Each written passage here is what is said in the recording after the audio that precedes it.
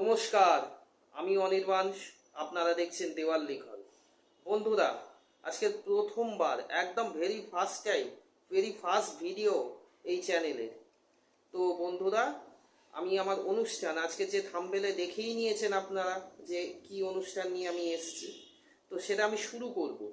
কিন্তু তার আগে এতক্ষণে আপনারা সবাই জেনে গেছেন যে স্বনামধন্য কিংবদন্তি গায়িকা আশা ভোসলেজি আজকের মুম্বাইতে প্রয়াত হয়েছে। তো তার স্মৃতির উদ্দেশ্যে শতকোটি প্রণাম জানিয়ে এই অনুষ্ঠান আমি শুরু করছি। তো বন্ধুরা, আমি অনুষ্ঠানে যাচ্ছি, প্রবেশ করছি, তার আগে একটুখানি আপনাদের সঙ্গে কথা বলি। আমি প্রথমবার একদম আপনাদের সামনে এলাম এই অনুষ্ঠান নিয়ে আপনাদের জন্যই, এবং আজ থেকে বলছি আপনাদের জন্য অনুষ্ঠান অলমোস্ট রেগুলারলি আসতে থাকবে। আর একদম ঘরোয়াভাবে আসবে, কোনো সফিস্টিকেটেড না, কোনো এটাকে নিউজ চ্যানেল হিসেবে দেখবে না। এবং আমি চাই দেওয়াল লিখন যেন আমার যারা বন্ধু যারা আমার সঙ্গে জুড়বেন তাদের প্রত্যেকের ঘরের মেম্বার হয়ে উঠুক।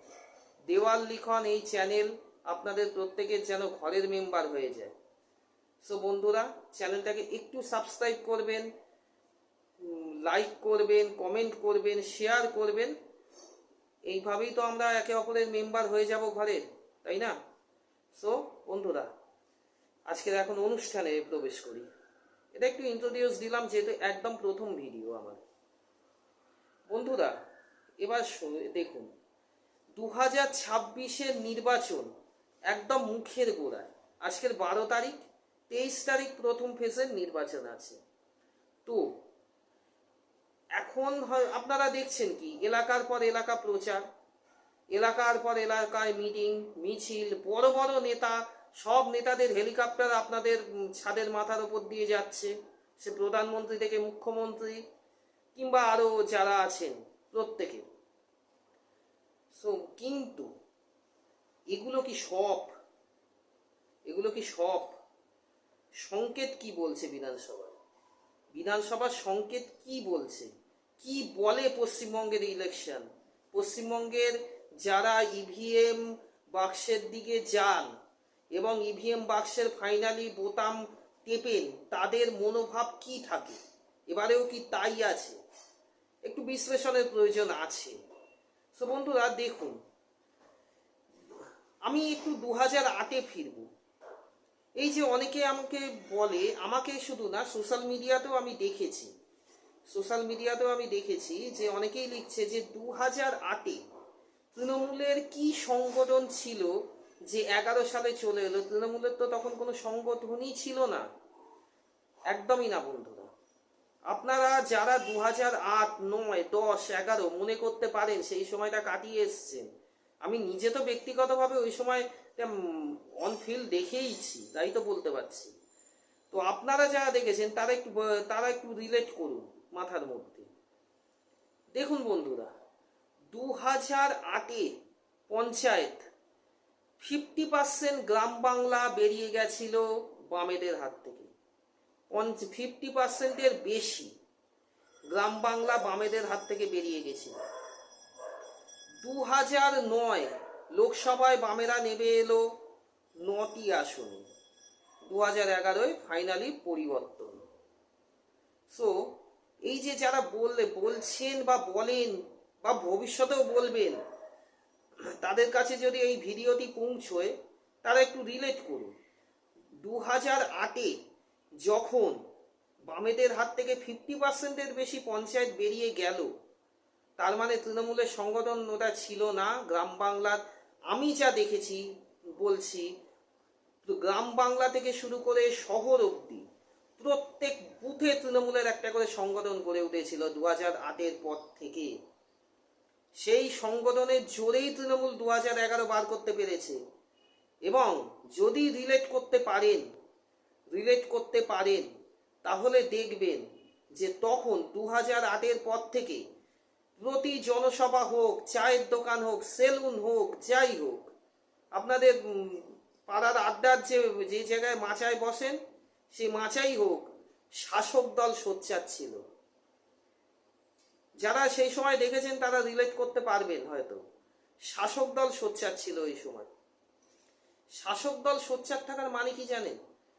যখন ট্রেনে, বাসে, চায়ের দোকান, সেলুনে যখন বিরোধীরা কথা বলে, শাসক কোনো কথা বলে না, চুপ করে শোনে, তার মানে জানবেন শাসক কিন্তু আন্ডার লাইনে খেলছে। কারণ এটাই স্বাভাবিক, যে শাসক তার তো সংগঠন আছে, তার সংগঠন আছে বলেই সে শাসক। আর যে বিরোধী, তার সংগঠনের একটু অভাব থাকে, যে কারণে তারা হাইপ তোলার চেষ্টা করে। আর এইখানেই পিঞ্চ পয়েন্ট, এই ইলেকশনে কোনো হাইপ নেই এখন অব্দি। এই ইলেকশনে হাইপ নেই। 2008-এর পর থেকে যখন 50% পঞ্চায়েত বামেদের হাতছাড়া হলো, শাসক প্যানিক হয়ে গেছিল। শাসক প্যানিক হবার ফলেই 2011-র পরিবর্তনের ইলেকশন হাইপে উঠে গেছিল। এবং প্রত্যেক মানুষের মনে কিউরিসিটি, কি হবে কি হবে কি হবে কি হবে। আমি একটা ব্যক্তিগত বলি, আমি তো তখনও অনফিল্ডে কাজ করতাম। তো তখন 2009-এর দিকেই, না 2010-এর দিকেই হবে, 2010-এর দিকে একজন বাম নেতা, আমার থেকে ঢের সিনিয়র, উনি এখনো কথা বলি আমরা, দেখা হলে রাস্তাঘাটে, চেনা পরিচিতি আমাদের এলাকার মধ্যে। ওনাকে বলেছিলাম সিপিএম 2009 সালেই হেরে গেছে। তো উনি তখন মানেননি, রেজাল্টের পর দেখা হয়ে বলেছিল, বাবু তুই বললি কি করে এটা। তো এই ব্যাপার 2008-এর যখন 50% পঞ্চায়েত যখন হাতছাড়া হয়ে গেছিল, বামেদের মতো দীর্ঘদিনের শাসক তারা কিন্তু মাটি চিনত, তারা কিন্তু বুঝে গেছিল যে এইবার মাটি হাতছাড়া হতে চলেছে, যেখানে শাসক হিসেবে প্যানিক করে গেছিল। এখন কি সংকেত দেখছেন বন্ধুরা? কি দেখছেন একটু কমেন্ট বক্সে জানাবেন। আপনাদের এলাকার কেমন একটুখানি কমেন্ট বক্সে জানাবেন। এই এঙ্গেজমেন্টগুলো হলে তো ভালোই লাগে, একটু জানাবেন, আমারও ভালো লাগবে। তো 2011-র পর এখন যদি আপনাকে সেই সময়টাকে রিলেট করতে বলি 2026-এ এসে, বাকি ইলেকশন ছাড়ুন, 2021-এর কথায় আমি পরে আসছি, 2026-এ একটুখানি বলবো। 2026-এ এসে যদি রিলেট করতে বলি, কি দেখছেন? শাসক কি প্যানিক করেছে, নাকি বিরোধীরা অতি হাইপে তুলছে? যদি দেব একটুখানি ভালো করে চোখ কান খুলে খেয়াল করেন না, 2026-এর ইলেকশন এইবারে হাইপেই ওঠেনি। এর দুখানা কারণ হতে পারে। এক হচ্ছে মানুষ কে বিরোধী সে বুঝতে পারছে না, আর দুই হচ্ছে শাসক ইলেকশনে হাল ছেড়ে দিয়েছে। এই কারণে হতে পারে যে শিওর পরিবর্তন তো হচ্ছেই, তাহলে আর হাইপে তুলে কি হবে, এই জায়গায় এক হতে পারে। আর দুই হতে পারে মানুষ বিরোধীকে বুঝতে পারছে না। এবার আমি অনফিল্ডের কিছু অভিজ্ঞতা বলি। বিস্তীর্ণ অঞ্চলের মানুষ, বিশেষ করে শহরের লাগোয়া শহরতলি এরিয়ার মানুষ, তারা কিন্তু একটা কথা বলছে, তারা কি, এবং পরিবর্তনকামী মানুষ যারা, তারা একটা কথা বলছে, পরিবর্তন হওয়ার দরকার, কিন্তু এবারে মনে হয় পরিবর্তন হবে না। এই কথা কিন্তু আমি বহুজনের মুখ থেকে শুনেছি, নিজের কথা, নিজের অভিজ্ঞতাই বলছি, অন্য কারোর মুখের অভিজ্ঞতা বলছি না, নিজের কথাই বলছি, নিজের কানে শোনা। তো বন্ধুরা, এই শ্রেণীর, তাহলে এই জায়গা থেকে আপনারা কি বুঝতে পারছেন? এর থেকে তো একটাই জিনিস বোঝা যাচ্ছে যে বিরোধীরা সেই হাইপ তুলতে পারছে না। একখানা ইলেকশন, যে কোনো ইলেকশন, শাসক চাইবে তা সেটা আন্ডার লাইনে খেলা হোক। কেন? কারণ শাসকের সংগঠন আছে, সেই সংগঠনের জোরে শাসক কিন্তু বাড়ি বাড়ি গিয়ে ভোটটাকে নিজের ফলে আনার চেষ্টা করবে এবং অনেক অংশে সফলও হয়। শাসকের এটাই ধর্ম।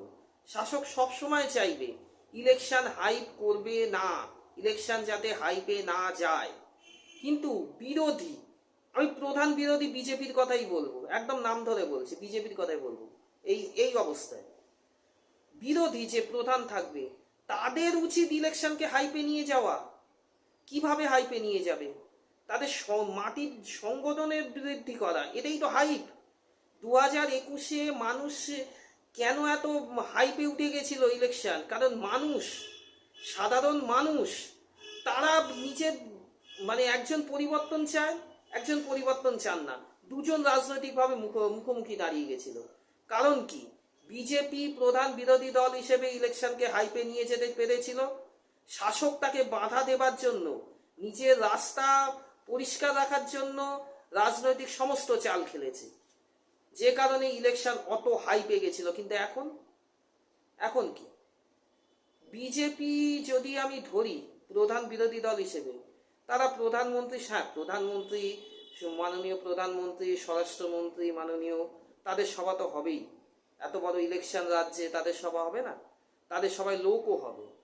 কিন্তু মানুষের কাছে যাওয়াটার কি হবে? এই যে পরিবর্তনকামী মানুষ বলছে যে আমি চাই পরিবর্তন হোক, কিন্তু মনে হচ্ছে হবে না। তার মনে কেন হচ্ছে হবে না? তাহলে কি তার আস্থা উঠে গেছে বিরোধীদের ওপর থেকে? তাহলে যদি আস্থা উঠেই যায়, তাহলে প্রধান বিরোধী হিসেবে আপনার তো কর্তব্য সেন্ট্রাল সভার পাশাপাশি নিজের সংগঠনে যদি 3খানা লোকও থাকে বা 4খানা লোকও থাকে, তাদের একটুখানি ওই মানুষগুলোর বাড়ি বাড়ি পৌঁছানো, তাদের বোঝানো, তবে না সে এই মানুষগুলোই ইলেকশনকে হাইপে তোলে। এই মানুষগুলোই ইলেকশনকে হাইপে তোলে। এই মানুষগুলো যখন বুঝবে না বিজেপি শিওরলি আসতে পারবে, এই মানুষগুলো তখন খুলে রাস্তায় বেরোবে, একদম ওপেন মাইন্ড হয়ে রাস্তায় বেরোবে। তখনই তো ইলেকশন হাইপে উঠবে। আর ইলেকশন হাইপে না ওঠার খুব সম্ভবত কারণ এটাই, বাড়ি প্রধান বিরোধী দল হিসেবে সেন্ট্রাল মিছিল মিটিং করে কোনো লাভ হয় না পশ্চিমবঙ্গে। না এখানে আমি শুধু প্রধান বিরোধী দলের কথা কেন বলবো, মিটিং মিছিল দেওয়াল লিখনে না শাসকের লাভ হয় এ রাজ্যে, না লাভ হয় বিরোধীদের। পশ্চিমবঙ্গের মানুষ 1 মাস আগে ভাবে কাকে দেব, ইভিএম এ কার বোতাম প্রেস করব, 1 মাস পরে গিয়ে ওইখানেই দেয়, ওইখানেই দেয়। এই হচ্ছে এখানকার ইলেকটোরাল সিস্টেম, পদ্ধতি। তো এইখানে যদি আপনারা, এখন আর সময় আছে কিনা আমি জানি না। হ্যাঁ, শুভেন্দু অধিকারী মহাশয় নিজের তরফ থেকে অনেক চেষ্টা করেছে, অনেক চেষ্টা করেছে মানুষের, এবং ওই একজনই চলেছে, ওই একজনই ছুটছে, একজনই সারা রাজ্য ঘুরে বেড়াচ্ছে, এটা ঠিক। কিন্তু প্রত্যেক বিজেপি কর্মীর কি এটা দায় দায়িত্ব ছিল না প্রধান বিরোধী দল হিসেবে, যে এই মানুষগুলোর কাছে যে গিয়ে ইলেকশনের মর্মটা বোঝাতে? এবং আপনারা বিরোধী দল হিসেবে তো এই কারণেই আছেন যে আপনারা শাসক হতে পারবেন, তো আপনাদের শাসক হওয়া কত জরুরি সেটা বোঝাতে পারবেন। কিন্তু বোধহয় আর সময় খুবই অল্প। সেন্ট্রাল মিটিং মিছিলে লোক আপনারা দেখছেন, প্রধানমন্ত্রীর সবাই 3 লাখ লোক, হ্যাঁ কালকের সবাই 3 লাখ লোক হয়েছিল, 3 লাখের কাছে। কালকের যে মাননীয় প্রধানমন্ত্রীর সভা ছিল তাতে খুব ভালো লোক হয়েছিল। কিন্তু এই লোক দিয়ে কোনো ইলেকশনের হিসেব এ রাজ্যে হবে না। মিলিয়ে নেবেন আমার কথা, হয়নি, হবে না। এটা পশ্চিমবঙ্গ, এখানে অন্যভাবে চলতে হয়। আপনারা আপনাদের এতদিনে উচিত ছিল প্রধান বিরোধী দল হিসেবে অন্তত ইলেকশনটাকে হাইপে তোলার জন্য, যে এই মানুষগুলোর কাছ অব্দি পৌঁছে যাওয়া। সো যে সংকেতগুলো, দেখুন আমি কোনো জ্যোতিষী নই, আমি জানি না বিজেপি কতগুলো আসন পাবে, তৃণমূল কতগুলো আসন পাবে, কংগ্রেস কি পাবে, সিপিএম কি পাবে, আমি জানি না, আমি জ্যোতিষী নই। আমি কিছু সংকেত দিতে পারি। বন্ধুরা বলুন, এইভাবে যদি হাইফিন ইলেকশন হয়, বিরোধীরা যদি এইভাবে সেন্ট্রাল মিটিং মিছিলের ওপর ডিপেন্ড করে চলে, তাহলে আপনারা কি বুঝছেন? কি বুঝছেন আপনারা পশ্চিমবঙ্গের ইলেকশনের রেজাল্ট কি হবে? আপনারা প্রাজ্ঞ, আমার থেকে বেশি প্রাজ্ঞ, এবং গ্রাম বাংলার মানুষ তো শহরের থেকেও বেশি বোঝে রাজনীতি পশ্চিমবঙ্গে। হ্যাঁ বোঝে, আমার নিজের অভিজ্ঞতা, গ্রাম বাংলার মানুষ শহরের মানুষের থেকেও রাজনীতি বেশি সচেতন। তো আপনারা বলুন, কমেন্ট বক্সে একটু জানান কি সংকেত বুঝতে পারছেন। এতগুলো কথা যে বললাম বন্ধুরা, কি বুঝলেন, কি হতে পারে, সংকেত কি পাচ্ছেন আপনারা? বিহারে রাহুল গান্ধীর মিছিলগুলো দেখেছিলেন? বিহারে রাহুল গান্ধীর মিছিল, মানে অকল্পনীয় ভিড়। রেজাল্টে কি পেয়েছে? বিজেপি কিন্তু ওখানে নিজের সংগঠনের জোরে বাড়ি বাড়ি ভিজিট করেছিল, যা আমাদের কাছে খবর। বাড়ি বাড়ি ভিজিট করেছে, করে কিন্তু মানুষকে কনভিন্স করতে পেরেছে রাজনৈতিকভাবে। আপনাদের কি বিরোধী হিসেবে এখানে সেই দায় দায়িত্ব ছিল না, যে যাই সংগঠন, হয়তো কোথাও আপনার নেই, 5টা লোকও তো আছে সাপোর্টে, তাদের নিয়ে বাড়ি বাড়ি যেতেন, হাইপ হাইপটা তো তুলতে পারতেন ইলেকশনে। এমন হাইপ ছাড়া ইলেকশন আমি খুব কম দেখেছি, খুবই কম। আর এর কারণ খুব সম্ভবত অনেক অংশের মানুষের এটা ওই 1.5 বছর আগে লোকসভা ইলেকশনের একটা প্রভাব আমার মনে হচ্ছে, মনে হয় অনেক জায়গায়। কিন্তু তবুও তো আপনারা যেতে পারতেন বাড়ি বাড়ি। হাইপ উঠুক, ফেসবুক, ইনস্টাগ্রাম, ইউটিউব তো আছে, কিন্তু এই দিয়ে ইলেকশনের রেজাল্ট হবে না, হতে পারে না। ফেসবুকে কত পার্সেন্ট মানুষ আছে যারা মানে ইলেকটোরালে অংশগ্রহণ করবে এ রাজ্য থেকে? আপনারা বললেন প্রত্যেকের হাতে ফোন, প্রত্যেকের হাতে ফেসবুক, তাদের কাছে প্রচার করছে, অসুবিধা কোথায়? অসুবিধা কিছু নেই, কিন্তু আপনাদের কন্টেন্ট দেখলো, স্কিপ করে বেরিয়ে চলে গেল একজন মানুষ। আপনি বুঝতে পারলেন সে মানুষটা কনভিন্স হয়েছে কি হয়নি? পশ্চিমবঙ্গে কিন্তু এই কনভিন্সের রাজনীতিতে, পশ্চিমবঙ্গের রাজনীতিতে কনভিন্সের অনেক গুরুত্ব, অনেক অনেক অনেক। তো এই হাইপটা বোধহয় প্রধান বিরোধী দল হিসেবে আপনারা মিস করে গেছেন। যে প্রধান বিরোধী দল আছেন, বিজেপিকেই বলছি, মিস করে গেছে। সো বন্ধুরা, যারা আপনার এলাকায় আছেন তারাই বলুন আপনারা এবার কি সংকেত পাচ্ছেন এই ইলেকশনকে কেন্দ্র করে।